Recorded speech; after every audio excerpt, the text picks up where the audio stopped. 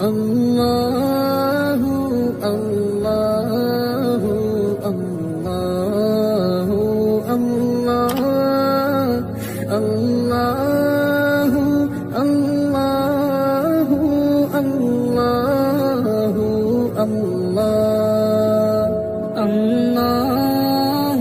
اللہ اللہ کے نام سے شروع جو بڑا مہربان رحمت والا۔ اے محبوب، ہم نے تم پر یہ قرآن اس لیے نہ اتارا کہ تم مشقت میں پڑو، ہاں اس کو نصیحت جو ڈر رکھتا ہو اس کا اتارا ہوا جس نے زمین اور اونچے آسمان بنائے، وہ بڑی مہر والا۔ اس نے عرش پر استوا فرمایا جیسے اس کی شان کے لائق ہے۔ اس کا ہے جو کچھ آسمانوں میں ہے اور جو کچھ زمین میں اور جو کچھ ان کے بیچ میں اور جو کچھ اس گیلی مٹی کے نیچے ہے۔ اور اگر تو بات کو پکار کر کہے تو وہ تو بید کو جانتا ہے اور اسے جو اس سے بھی زیادہ چھپا ہے۔ اللہ کے اس کے سوا کسی کی بندگی نہیں، اسی کے ہیں سب اچھے نام۔ اور جو کچھ تمہیں موسیٰ کی خبر آئی، جب اس نے ایک آگ دیکھی تو اپنی بیوی سے کہا، ٹھہرو مجھے ایک آگ نظر پڑی ہے، شاید میں تمہارے لیے اس میں سے کوئی چنگاری لاؤں یا آگ پر راستہ پاؤں۔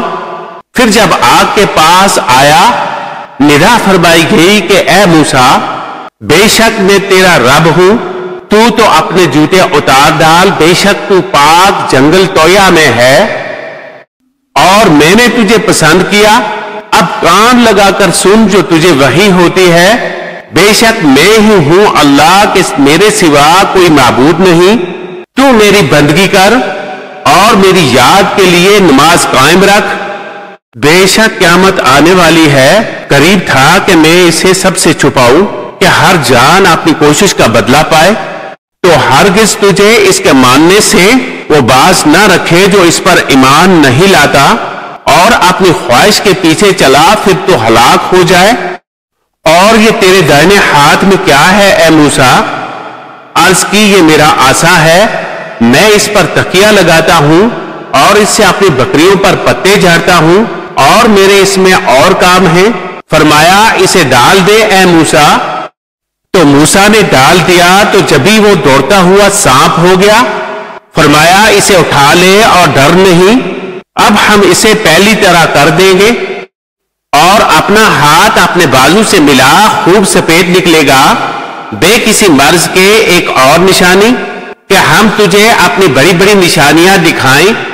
فرعون کے پاس جا، اس نے سر اٹھایا، عرض کی اے میرے رب، میرے لیے میرا سینہ کھول اور میرے لیے میرا کام آسان کر اور میری زبان کی گرہ کھول دے کہ وہ میری بات کو سمجھے، اور میرے لیے میرے گھر والوں میں سے ایک وزیر کر دے۔ وہ کون؟ میرا بھائی ہارون، اس سے میری کمر مضبوط کر اور اسے میرے کام میں شریک کر کہ ہم بکثرت تیری پاکی بولیں اور بکثرت تیری یاد کریں، بے شک تو ہمیں دیکھ رہا ہے۔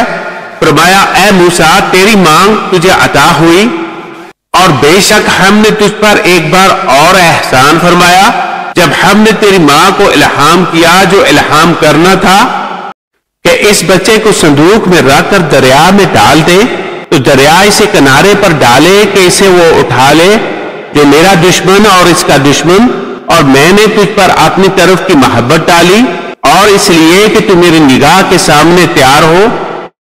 تیری بہن چلی، پھر کہا کیا میں تمہیں وہ لوگ بتا دوں جو اس بچے کی پرورش کریں؟